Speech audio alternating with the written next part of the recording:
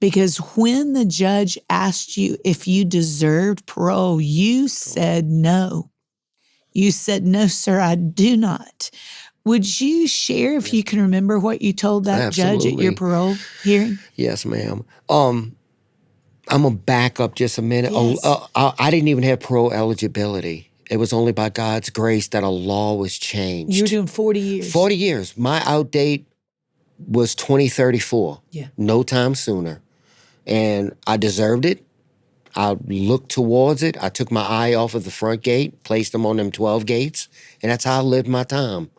Focused on Jesus.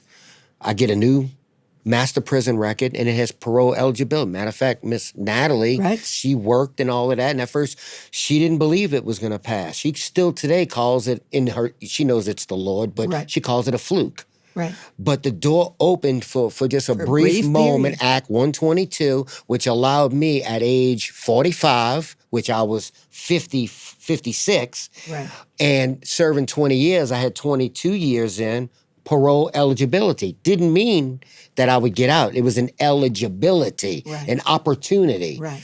So I went in with the body of work and sat down with the three members, and the judge asked me, did I feel that I deserved to get out? And I told him, no, I do not deserve to get out. That's when I pulled my car off the side of the road. I purposely beat up my aunt. I purposely have hurt people my whole life. I deserve to spend the rest of my life here. I deserve hell. And the man just sat back, and he's like, nobody's ever told me that before. Well, I didn't mean to say it that I was the only. I mean that from my heart. I still don't deserve to be out here. It's only by God's grace. Right. And I'm never going to spit in his face and trample it, because it cost him, although it's a free gift, it cost Jesus his life. Thank God for the empty tomb. I know I've been forgiven. But the faith that he's given me, how can I not give it away to someone else? Yeah.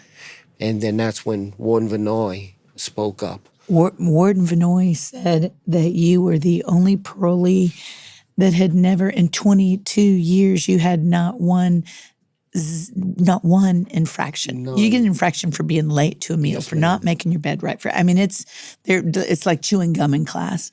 And even good guys. Yes, ma'am. Really good guys usually who've done their time and done it well, usually go to parole hearings, and they've got a couple of hundred infractions. Yes, you had 0.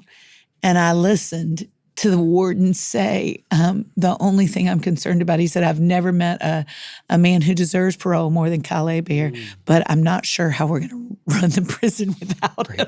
Bless his heart. I love Warden Vinoy. They saw it, the tangible, our lifestyles, we don't work for our salvation. The result of my faith is my work. And, that's that love compels us to do that. They saw on paper the 98 arrests, the 5 felony convictions, and then go 22 years without a disciplinary infraction. Something happened. Yeah, it happened. Yeah. The Holy Spirit removed the heart of... jailhouse salvation. No, you weren't trying for... It was a long... The heart of stone replaced with a heart of flesh. And Ezekiel, I'll cause you to walk in my ordinances and obey my commands. But it was out of love.